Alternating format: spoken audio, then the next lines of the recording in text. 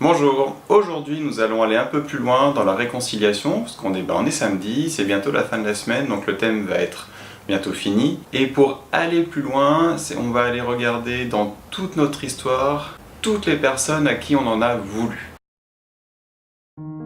Pourquoi dans toute notre histoire? Eh bien tout simplement parce que Lise Bourbeau émet la thèse suivante. Quand on en veut à quelqu'un tout au long de notre vie, eh bien c'est parce qu'en fait tout ça se rapporte à notre blessure originale. Et notre blessure originale, elle se développe au contact de nos parents et de toutes les personnes qui ont joué un rôle d'éducateur pour nous.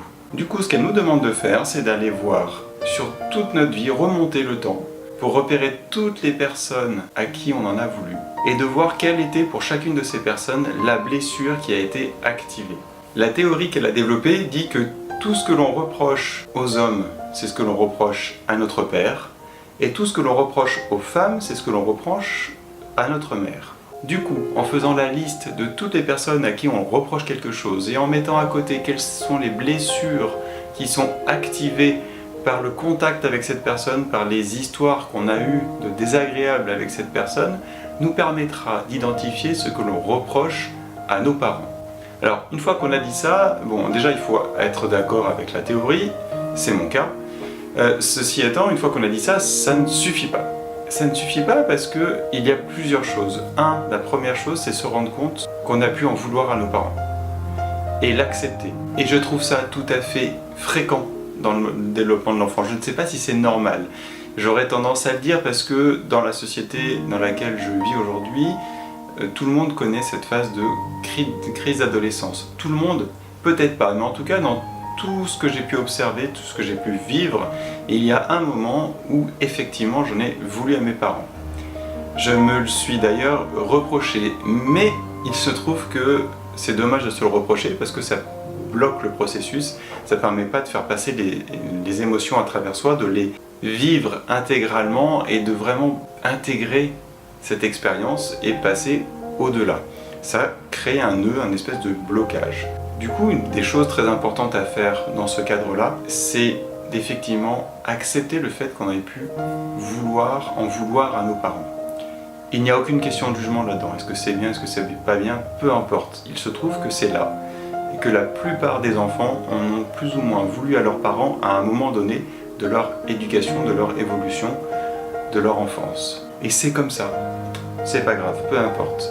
Et rien que le fait de remarquer cela, de l'accepter, eh bien ça aide à libérer et ça aide surtout à pouvoir aller plus loin, à mon sens, dans la relation avec ses parents. À partir de ce moment-là où on accepte et on reconnaît qu'on a pu en vouloir à nos parents, il est plus facile d'aller chercher ce qu'on leur reproche, quelles sont les blessures qu'ils ont révélées, parce que, je le répète, ce ne sont pas eux qui ont créé ces blessures.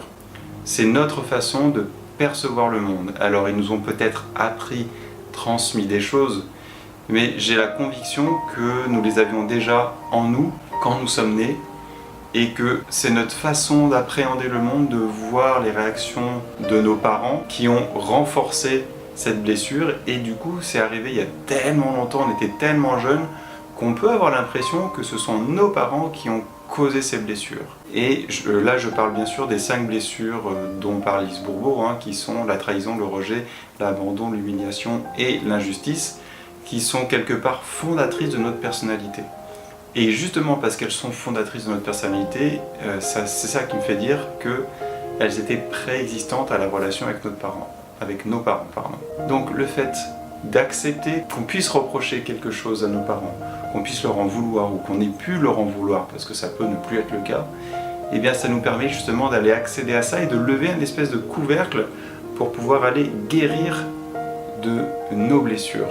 Et aujourd'hui, je pense que c'est le gros du travail et c'est assez long à faire, j'ai mis pas mal de temps à le faire, je suis même pas sûr d'avoir réussi à mener à bien ce travail, c'est d'aller chercher en remontant dans le temps toutes les personnes envers qui on a de la rancune, de les catégoriser hommes-femmes, de chaque fois de mettre quelle est la blessure qui est activée par cette personne et remonter ainsi jusqu'à notre enfance et à nos parents et puis voir se dessiner en fait cette répartition entre les blessures que l'on retrouve soit activées par les femmes, soit activées par les hommes et est-ce qu'on les retrouve bien activées par nos parents et activées peut-être encore aujourd'hui, ou en tout cas lorsque nous étions enfants.